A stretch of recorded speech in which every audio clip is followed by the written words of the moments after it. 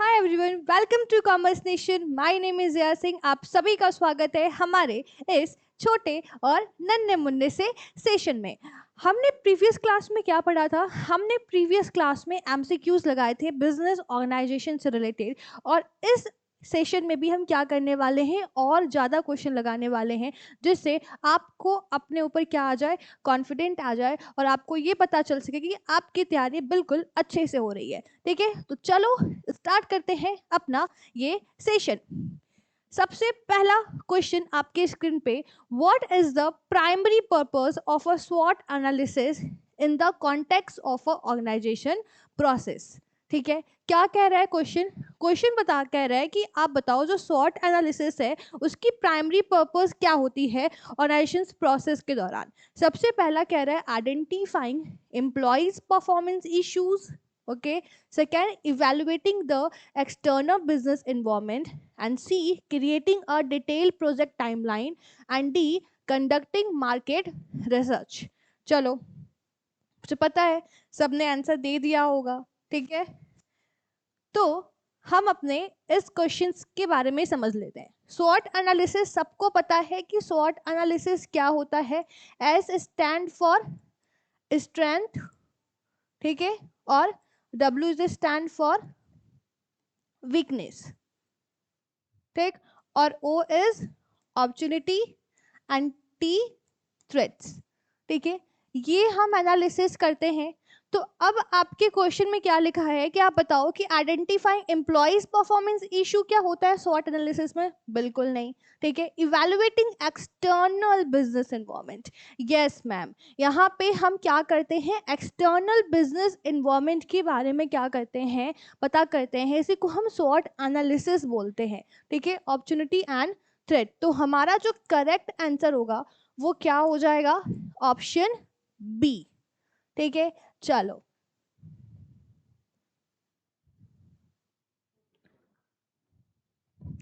Next question आपके पास क्या है? नेक्स्ट क्वेश्चन है आपके पास, which of the following best define organization culture. ठीक है, नेक्स्ट क्वेश्चन क्या है, which of the following define organization culture? Option A, the physical layout of office space, B the financial structure of organization, C the share value beliefs norms within organizations, and the legal framework governing in the organizations। कोई भी answer नहीं देखेगा, अपने से बताएगा। और आप लोग भी क्या ही कह रहे होगे, अरे मैम ये तो बहुत इजी क्वेश्चन है, हमें तो पता है कि ऑर्गेनाइजेशन कल्चर क्या होता है। क्या होता है बताओ? ऑर्गेनाइजेशन कल्चर क्या बताता है? हमारे वैल्यूज को, बिलीव्स को और नॉर्म्स को बताता है। ठीक है, तो मैम ये कहाँ दिया हुआ है बेटा जी? ये तो ऑप्शन में कहाँ दिया हुआ है? ऑप्शंस हमारा C, the share value believes norms and within an organization. लो, ये भी जीत गए तुम। ठीक है, एक्सप्लेनेशन देख लेते हैं।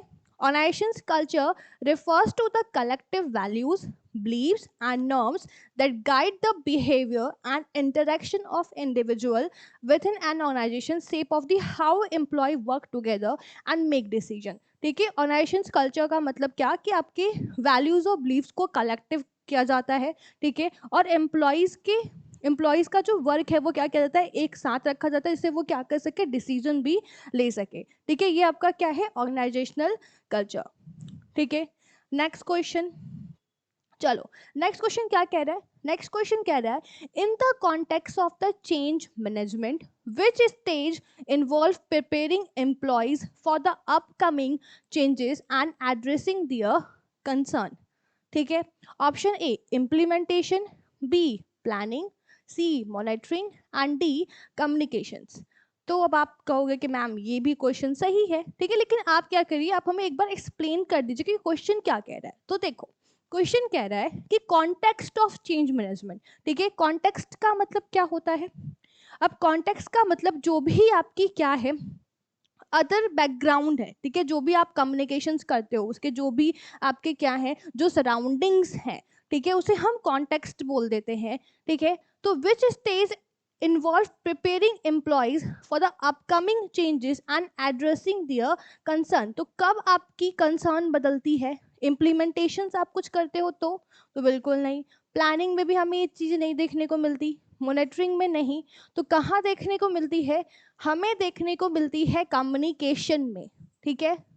क्यों? क्योंकि इफेक्टिव कम्युनिकेशन क्या है? क्रूशियल एस्पेक्ट है जो क्या करता है? मैनेजमेंट को चेंज करता है, ठीक है। During the communication stage organisation engage in open and transparent communication to inform employees about the upcoming changes, ठीक है। एक कम्युनिकेशन में जो भी चेंजेस हुई हैं, ऑर्गेनाइजेशंस में जो भी चेंजेस हुई हैं, तो कम्युनिकेशंस के दौरान हम क्या करते हैं? हम अपने एम्प्लॉयज़ को इन्फॉर्म कर सकते हैं जो भी अपकमिंग चेंजेस आने वाली हैं, ठीक है। चलिए नेक्स्ट क्वेश्चन क्या कह रहा है? नेक्स्ट क्वेश्चन, क्वेश्चन नंबर 64 आपके सामने कह रहा है what is the purpose of a performance appreciations with organizations, ठीक है। चलिए परफॉर्मेंस एप्रिसिएशंस आपके पास है। सबसे पहला ऑप्शन है टू डिटरमाइन एम्प्लॉय सैलरी, ठीक है। B, to identify training and development needs. C, to select candidates for promotions. And D, assign task employees, ठीक है। ये क्वेश्चंस क्या है? बहुत ही इजी है, जो आप लोग क्या कर सकते हो? बहुत आसानी से कर सकते हो। और आई बिलीव कि आपने क्या कर दिया होगा अभी तक, इसका जवाब भी दे दिया होगा, लेकिन फिर भी हम क्या कर लेते हैं, एक बार एक्सप्लेन कर लेते हैं। क्वेश्चन क्या कह रहा है मैम? क्वेश्चन कह रहा है बेटा कि पर्पस क्या होता है परफॉर्मेंस एप्रिसिएशन करने का, ठीक है। कोई भी काम करने का कोई ना कोई तो पर्पस है, कोई ना कोई तो उद्देश्य होता है। तो सेम कि परफॉर्मेंस एप्रिसिएशन का क्या पर्पस होता है?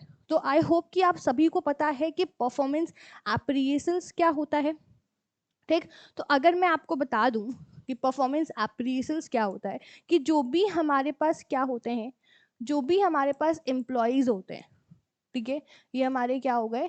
एम्प्लॉयज़ हो गए। तो ये जो एम्प्लॉयज़ हैं, इनकी फीडबैक लेना, इनकी परफॉर्मेंस को देखना और इनकी एरियाज़ की कितना इनको इम्प्रूवमेंट करने की ज़रूरत है, ठीक है। इनका परफॉर्मेंस क्या रहा है ऑर्गेनाइजेशंस में, इसी को हम परफॉर्मेंस एप्रिसिएशंस बोलते हैं, ठीक है।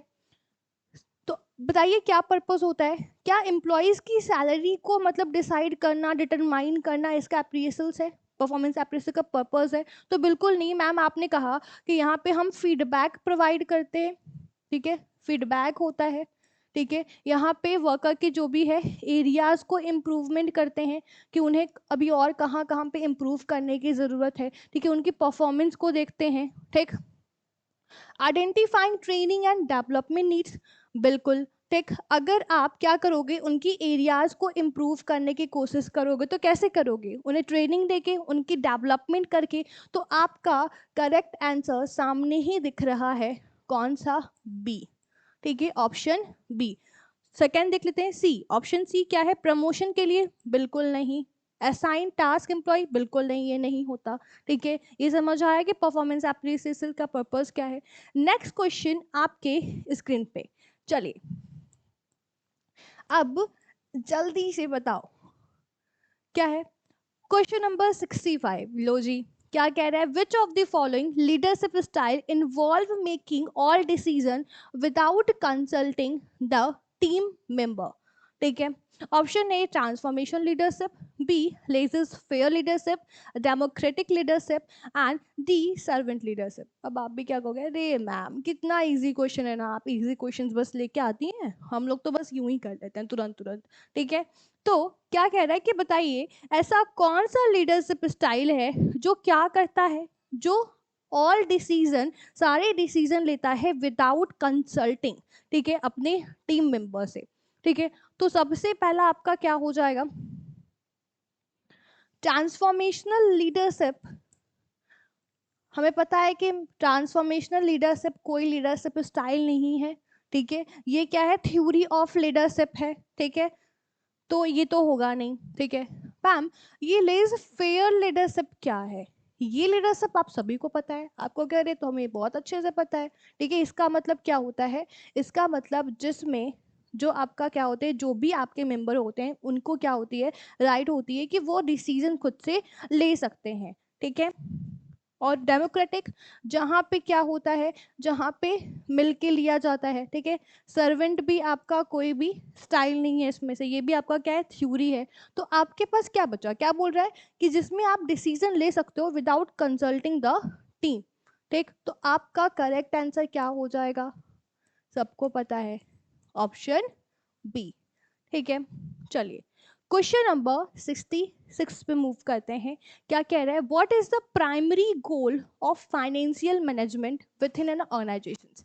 ठीक है, प्राइमरी गोल क्या है हमारा फाइनेंशियल मैनेजमेंट का। तो ऑप्शन ए कह रहा है एम्प्लॉयज की सेटिस्फैक्शन। क्या फाइनेंशियल मैनेजमेंट में हम एम्प्लॉयज की सेटिस्फैक्शन गोल होती है हमारी?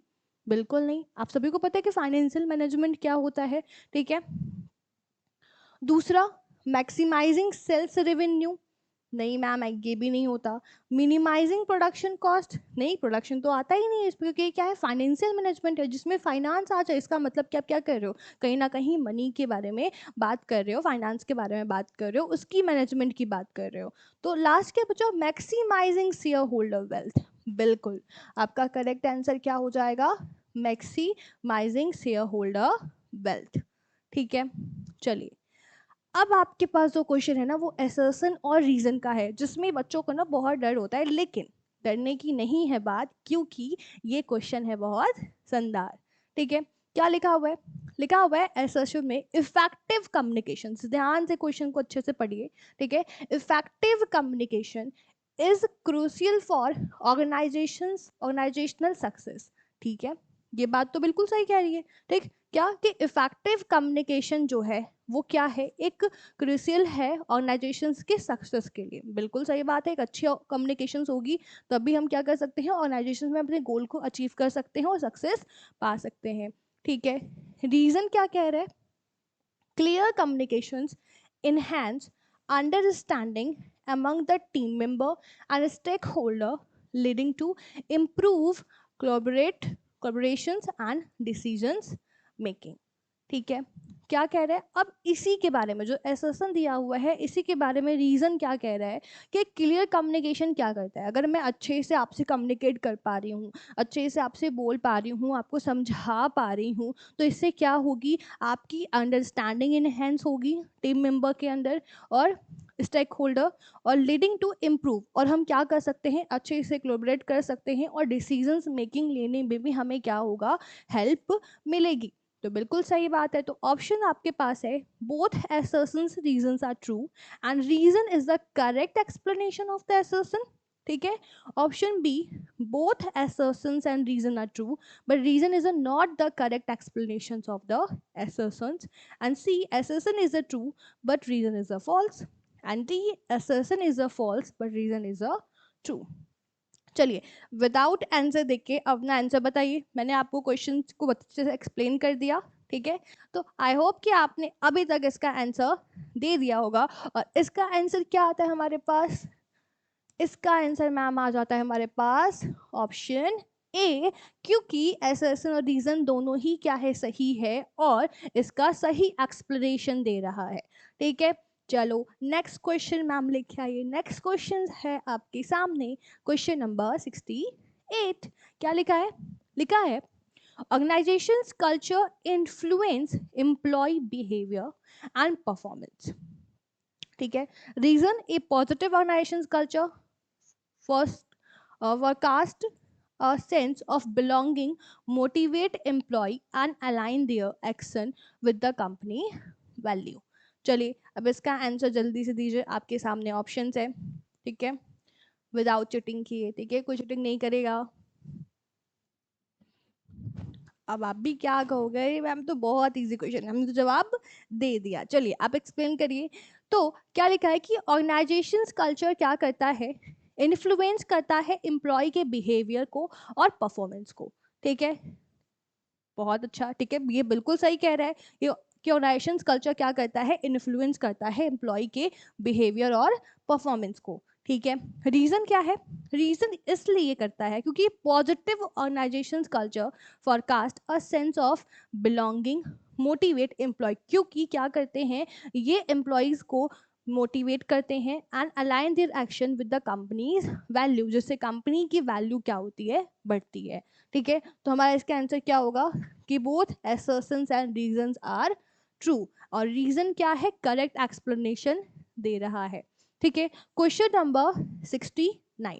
क्वेश्चन नंबर 69 क्या कह रहा है कि decentralisation organisation structure empower employee at a various level to make decisions, and reason decentralization reduce the hierarchy burden and allow for the quicker response to local challenges. ठीक है, options both assertion and reason are true and reason is the correct explanation, and option B both assertions and reason are true but reason is a not correct explanation of the assertions, and C assertion is a true but reason is a false, and D assertion is a false but reason is a true.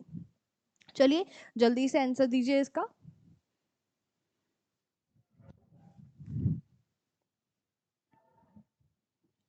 I hope आप सभी ने इसका answer दे दिया होगा और इसका correct answer क्या है? ऑप्शन ए. ठीक है, क्यों मैम ऑप्शन ए है?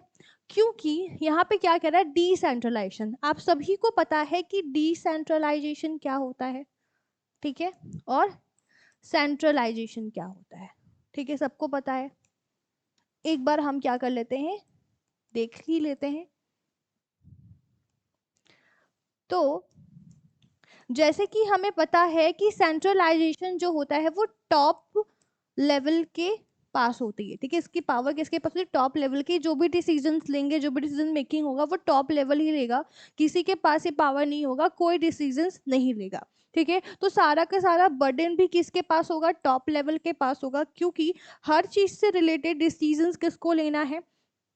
टॉप लेवल को. और वहीं पे डिसेंट्रलाइजेशन कहता है कि नहीं, हम क्या करेंगे, यहाँ पे जो भी डिसीजंस होगा वो वेरियस लेवल के पास भी राइट होगा कि वो क्या कर सकता है, डिसीजंस ले सकता है.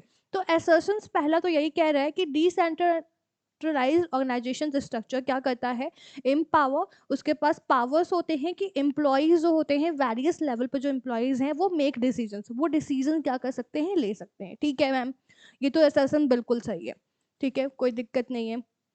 रीजन क्या है? क्योंकि डिसेंट्रलाइजेशन ना reduce the hierarchy burden and allow the quicker response to local challenges. ठीक है, बिल्कुल सही. क्या कह रहा है कि जो ये सेंट्रलाइजेशन था, टॉप लेवल को ही सारा डिसीजन लेना था, तो बर्डन सबसे ज़्यादा किस पे होगा? टॉप लेवल पे. जब आप डिसेंट्रलाइजेशन कर दोगे तो जो भी डिसीजंस लेने का पावर है, ठीक है, जो भी रिलेटेड, मतलब जो बहुत नॉर्मल जो होता है डिसीजंस, ठीक है, वो कौन लेगा? वो जो भी लोअर लेवल है, ठीक है, जो भी हमारे लोअर लेवल, मिडिल लेवल जो भी हैं, ठीक है, उन्हें क्या होगा? वो इस डिसीजंस को ले सकते हैं इजीली. तो इससे क्या होगा? बर्डन रिड्यूस हो जाएगा किसका? टॉप लेवल का, और क्विकर डिसीजंस होंगे, ठीक है, और रिस्पॉन्स होगा, चैलेंजिंग भी होगा, ठीक है. तो इसीलिए हमारा ये दोनों ही क्या है? सही है. और एक्सप्लेनेशंस भी क्या कह रहा है? बिल्कुल सही दे रहा है, ठीक है. चलिए, आपके पास यहाँ पे एक्सप्लेनेशन दिया हुआ है कि decentralisation structure do empower employee delegating और डिसीजंस मेकिंग. जिससे क्या होता है? डेलीगेट करते हैं. पता है ना कि मैंने आपको कोई वर्क दे दिया, आप मुझसे एज अ क्या कर रहे हो, जूनियर लेवल पे काम कर रहे हो, तो उसको डेलीगेट बोलते हैं, ठीक है. Authority to different level. तो इसलिए ये क्या है? दोनों ही सही है. आगे क्वेश्चन नंबर 70 आपके सामने क्या कह रहा है? क्वेश्चन नंबर 70 आओ बच्चा देख लेते हैं. तो क्वेश्चन नंबर 70 कह रहा है performance appraisals help in assessing employee contribution and identifying areas for improvement. Reason regular feedback through performance appraisals enhance employee engagement and align individual goals with organizational objective. ठीक है, option A both assertions and reasons, and reasons are true and reason is the correct explanation of the assertions, and both assertions reason are true but reason is not the correct explanation, and C assertion is a true but reason is a false, and D assertion is a false but reason is a true. ठीक है, चलिए अब आपके पास 1 minute का time है. अब इसका आप क्या करिए? जवाब दीजिए. चलिए, बिना आंसर देखे आपको इसका जवाब देना है, ठीक है.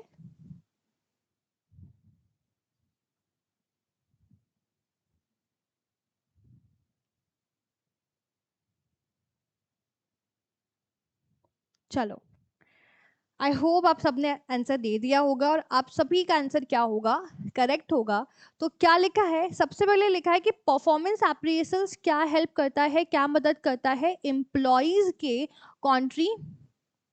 कंट्रीब्यूशंस, क्या है, एम्प्लॉयज के कॉन्ट्रीब्यूशंस एंड उनकी एरियाज को इम्प्रूव करने में। तो बच्चा हम अभी देख के आए कि परफॉर्मेंस अप्रेजल बिल्कुल यही करता है, ठीक है, एम्प्लॉयज के फीडबैक लेता है, ठीक है, उनकी परफॉर्मेंस देखता है, और जहाँ जहाँ उनकी जिस एरियाज में इम्प्रूवमेंट की और डेवलपमेंट की जरूरत होती है वो ट्रेनिंग एंड डेवलपमेंट कराता है। तो मैम बिल्कुल ऐसा आंसर तो हमको बिल्कुल सही लग रहा है, ठीक है।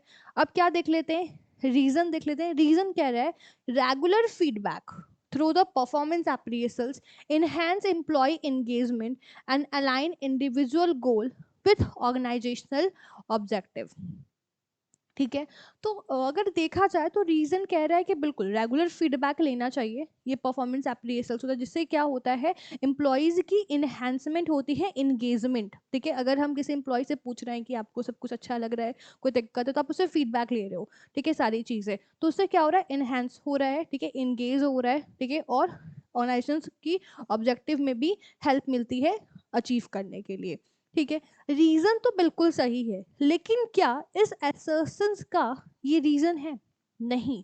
क्यों? क्योंकि इसने क्या बोला कि आइडेंटिफाइंग एरियाज की बात कर रहा है ना, एरियाज इंप्रूवमेंट की बात कर रहा है ये बात तो बेसिकली एरियाज इंप्रूवमेंट के लिए कर रहा है, लेकिन इसमें तो फीडबैक आ गई। हाँ, माना कि आप सही कह रहे हो, लेकिन हमारे assertion का तो जवाब दो, तो इसने तो जवाब दिया नहीं, तो इसमें से कौन सा सही होगा? Both assertions and reason are true, but reason क्या है, is not correct explanation of the assertion, तो आपका correct answer is option B, ठीक है। चलिए क्वेश्चन नंबर 71 आपके सामने क्या कह रहे हैं, what type of organisation structure is characterised by a clear chain of command with decisions following the from top management down to lower level. Option A matrix structure, B flat structure, C hierarchical structure, D network structure. चलिए ये तो बहुत easy question है, ठीक है। अब जल्दी से इसको क्या करिए, जवाब दीजिए इसका।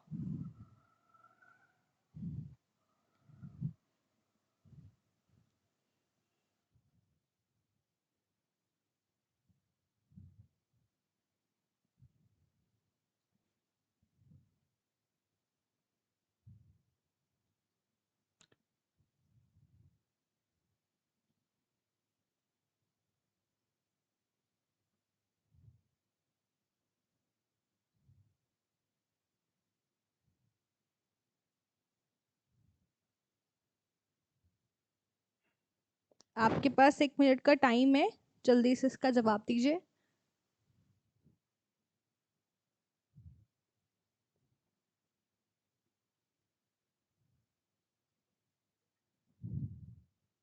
ठीक है, क्या लिखा है, what type of organisation structure क्या करता है, ऐसा कौन सा ऑर्गेनाइजेशन स्ट्रक्चर है जो आपको क्लियर चेन ऑफ कमांड और डिसीजंस और टॉप मैनेजमेंट, जो टॉप मैनेजमेंट से डाउन टू लोअर लेवल पे जाता है, ठीक है। क्या कह रहा है, क्वेश्चन कह रहा है कि ऑर्गेनाइजेशन क्या है, कि ऑर्गेनाइजेशन स्ट्रक्चर है, ठीक है, मान के चलते हैं, और इसमें कौन सा ऐसा कमांड है, चेन ऑफ कमांड पूछ रहा है, जिसमें टॉप मैनेजमेंट से, मतलब इस टॉप मैनेजमेंट से लोअर लेवल पे क्या जाता है, कमांड या डिसीजंस जाता है, ठीक है। तो अगर हम ऑप्शन से अगर करें तो सबसे पहले ना आप क्या करो, आप जब भी देखो क्वेश्चंस, ठीक है, तो आप देखो कि इसका आंसर क्या नहीं हो सकता, ठीक है। मैट्रिक्स स्ट्रक्चर हम पढ़ के आए हैं, मैट्रिक्स स्ट्रक्चर क्या होता है, ठीक है।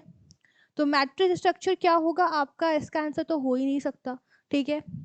फ्लैट फ्लैट आप जानते हो क्या होता है, फ्लैट स्ट्रक्चर हम जानते हैं, ठीक है। जो वाइडर स्पैन ऑफ कंट्रोल हमने पढ़ा था, ठीक है, वाइडर स्पैन ऑफ कंट्रोल हम जानते हैं क्या होता है, ठीक है।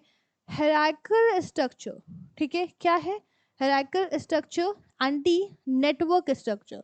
तो नेटवर्क स्ट्रक्चर हमारा नहीं हो सकता, फ्लैट स्ट्रक्चर भी नहीं हो सकता, लेकिन अगर हम देखें हायरार्किकल मतलब क्या है, कि टॉप लेवल से, ठीक है, टॉप लेवल से जा रहा है, ठीक है, फिर उसके बाद इनसे जा रहा है एम्प्लॉयज को, ठीक है। ये टॉप लेवल के बाद क्या है, मैनेजर्स है, मैनेजर फिर सुपीरियर जो भी हमारे आ गए, ठीक है, फिर सबऑर्डिनेट, ये सब, ठीक। तो ये हमारा क्या हो जाएगा, करेक्ट आंसर हो जाएगा ऑप्शन सी हायरार्किकल स्ट्रक्चर, ठीक है। क्योंकि इसमें क्या होता है, इसमें हमारे टॉप लेवल से कमांड या डिसीजंस जाते हैं, ठीक है। चलिए आई होप ये क्लियर है। आगे नेक्स्ट क्वेश्चन है आपके पास assertions एंड रीजन का, फिर से ठीक है। क्या लिखा हुआ है, लिखा है line function involve direct responsibility for achieving organizational goal, ठीक है। Reason staff function support and assist line function achieving their objective, ठीक है। तो आपके पास option A both assertions and reason are true and reason is a correct explanation of assertions, b both assertion and reason are true but reason is a not correct explanation of assertions, and c this assertion is a true but reason is a false, and d assertion is a false but reason is a true, ठीक है। तो चलिए जल्दी से जवाब देते हैं।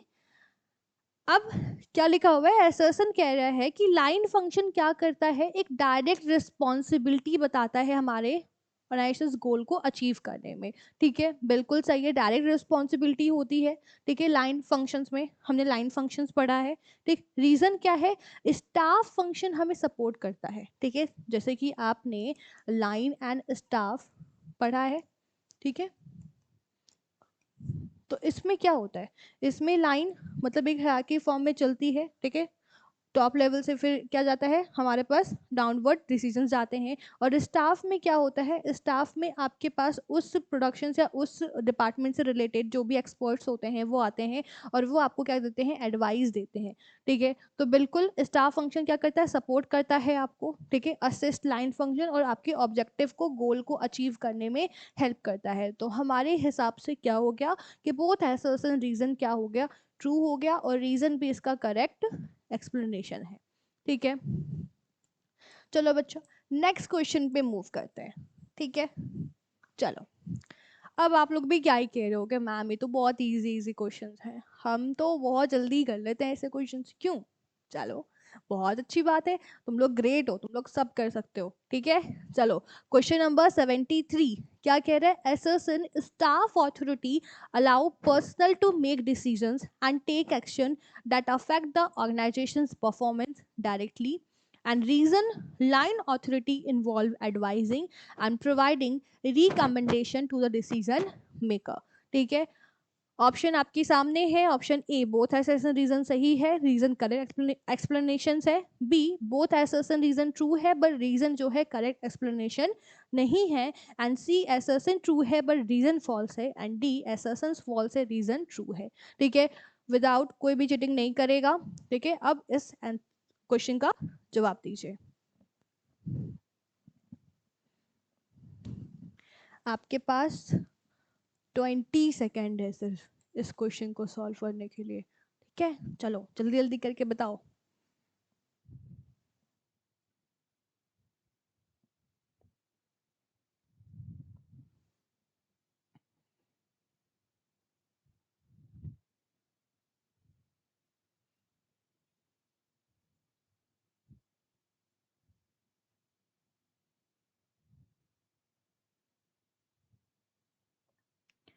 चलो आई होप आप सभी ने आंसर दे दिया होगा।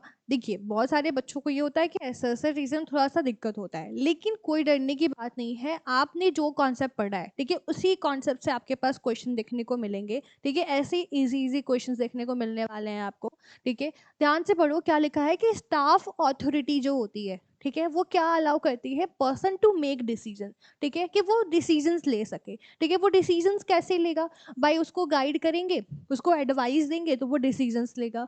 Take the action and affect the organisation performance directly, ठीक है। तो ये तो हमने पढ़ा है कि हाँ स्टाफ की ये क्या होता है, लाइन एंड स्टाफ में हमने पढ़ा है, ठीक है, कि इसमें ये काम होता है, ठीक है। Line authority involve advising and providing recommendation to the decision maker, तो बिल्कुल नहीं, ठीक है। मैंने आपको अभी बताया कि लाइन एंड स्टाफ ऑर्गेनाइजेशंस में, ठीक है, स्टाफ ऑर्गेनाइजेशंस में लाइन का काम क्या होता है, डिसीजंस मेकिंग करने का, ठीक है, डिसीजंस लेने का, ठीक है। लेकिन स्टाफ का क्या होता है कि आपको वो एडवाइस देगा, ठीक है, सजेशन देगा आपको, इस तरीके से एडवाइस देगा, गाइड करेगा कि आप हाँ डिसीजंस ले सकते हो, कैसे आपको डिसीजंस लेना है। ठीक, अब सपोज मैं आपको पढ़ा रही हूँ तो मैं आपको एडवाइस दे रही हूँ कि बच्चा इस तरीके से आपको क्वेश्चन अटेम्प्ट करने हैं, ये टॉपिक पढ़ने हैं, ये इंपॉर्टेंट है, तो ये क्या मैं आपको एडवाइस और गाइड दे रही हूँ कि आपको किस तरीके से एग्जाम्स देने हैं। ठीक है, ये सब। लेकिन आपको एग्जाम सेंटर में जाके कौन सा क्वेश्चन करना है, वो डिसीजंस, कैसे क्वेश्चन को अटेम्प्ट करना है, ठीक है, और कौन सा क्वेश्चन को सिलेक्ट करना है, क्वेश्चन के ऑप्शन को, वो आपकी डिसीजन मेकिंग होगी। ठीक है, समझ में आ रहा है? तो यहाँ पे यही चीजें कह रहा है कि staff allow the personnel to make decision, take action. ठीक है, वो आपको सिखाता है किस तरीके से आपको डिसीजन लेना है, एक्शन करना है। ठीक है, तो बिल्कुल ये पहला वाला तो एसर्शन सही है हमारा, लेकिन रीजन, क्या आप गाइड करते हो? क्या आप मुझे गाइड करोगे? बिल्कुल नहीं। ठीक है, तो ये हमारा रीजन ही क्या हो जाएगा, गलत हो जाएगा। तो इसलिए इसका आंसर, करेक्ट आंसर क्या होगा कि assertion is a true but reason is a false. ठीक है, समझ आया? चलो नेक्स्ट क्वेश्चन क्या है, क्वेश्चन नंबर 74।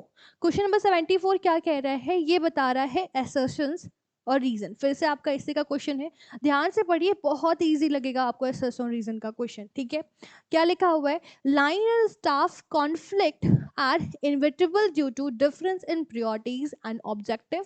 रीजन क्या है, clear communications and collaborations between line and staff role can minimize the conflict, enhance organizational performance. ठीक है, option A, both assertions and reason are true and reason is the correct explanation of assertions. B, both assertion and reason are true but reason is not the correct explanation of assertions.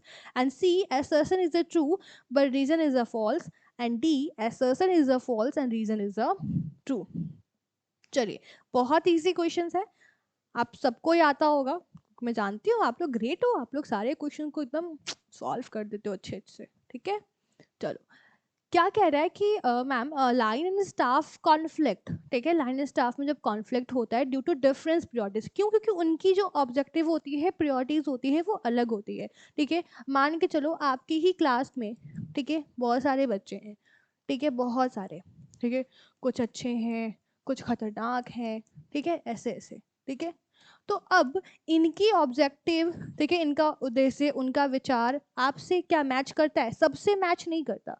ठीक है, पूरी class आपकी दोस्त नहीं होती, उसमें से एक या दो या तीन या कुछ ही आपके क्या होते हैं, दोस्त होते हैं। ठीक है, क्यों? क्योंकि आपकी ऑब्जेक्टिव उनसे, प्रायोरिटीज उनसे, उनसे आपकी वैल्यूज मैच नहीं करती। तो सेम यहाँ पे जब लाइन एंड स्टाफ में क्या होता है, कॉन्फ्लिक्ट होता है, क्यों? क्योंकि प्रायोरिटीज एंड ऑब्जेक्टिव क्या होती है, थोड़ी डिफरेंस होती है। ठीक है, तो इसको कैसे दूर किया जा सकता है?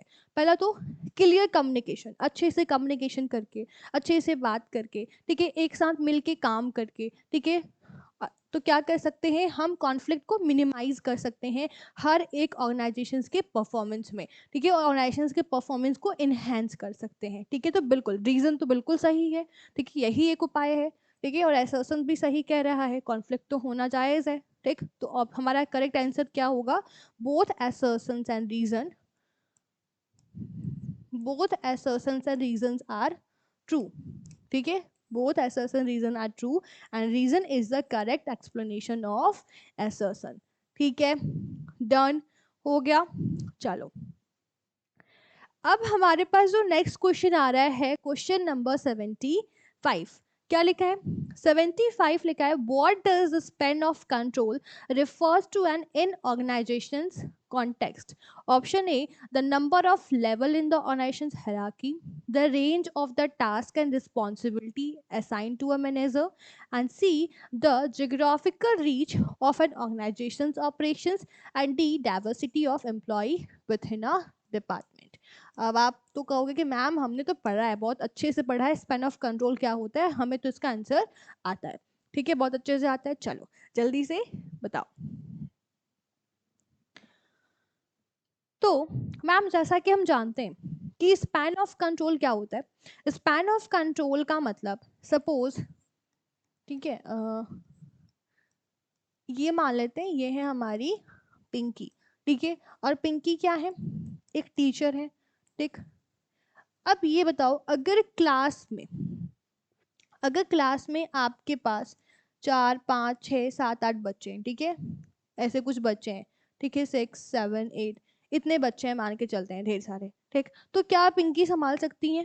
बिल्कुल संभाल सकती हैं, ठीक है। तो मतलब यही कि जब एक मैनेजर, ठीक है, जब एक मैनेजर क्या करता है, नंबर ऑफ सबऑर्डिनेट को क्या करता है, कंट्रोल करता है, ठीक, तो उसको हम क्या बोल देते हैं, स्पैन ऑफ कंट्रोल बोलते हैं, ठीक है। स्पैन ऑफ कंट्रोल का मतलब समझ में आया कि क्या होता है, कि जब क्या करता है, जब एक ही बंदा क्या करता है, ज्यादा सबऑर्डिनेट को क्या करता है, संभालता है, तो उसको हम क्या बोलते हैं, स्पैन ऑफ मैनेजमेंट या स्पैन ऑफ कंट्रोल, ठीक है। तो नंबर ऑफ लेवल ऑर्गेनाइजेशन तो बिल्कुल ये तो नहीं होगा, ठीक है। The range of task and responsibility assign to a manager, C geographical reach, ये बिल्कुल नहीं।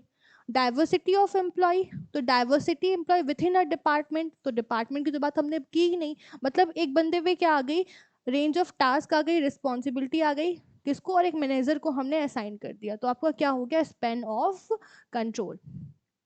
तो ऑप्शन ऑफ बी आपका क्या है, सही है, ठीक है।